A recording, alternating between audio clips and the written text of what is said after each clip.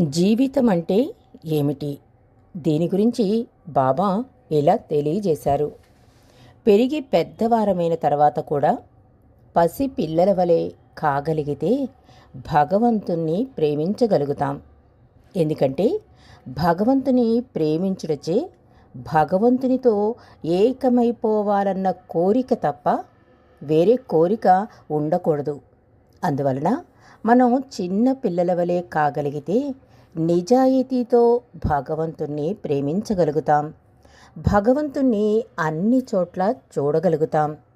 జీవితం ఒక పెద్ద తమాషా. ఇది తెలుసుకున్న వారిని ఇతరులు తెలుసుకోలేరు. వారు భ్రాంతిలో పడి ఉంటారు. ఈ సమస్య గురించి రాత్రింబవళ్ళు ఆలోచించిన ఆవగింజంతైన పరిష్కారం దొరకదు. ఎందుచేతనంటే ప్రజలు జీవితాన్ని గంభీరంగా తీసుకుంటారు, దేవుణ్ణి తేలికగా తీసుకుంటారు.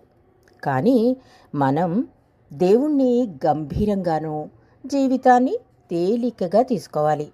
అప్పుడు మనం ఎప్పుడూ ఒక్కలాగే ఉన్నామని ఉంటామని తెలుసుకుంటాం.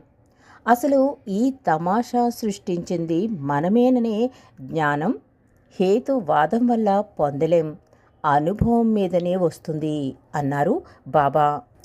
కాబట్టి భగవంతుణ్ణి గంభీరంగానూ జీవితాన్ని తేలికగానూ తీసుకోవాలి అన్నారు బాబా.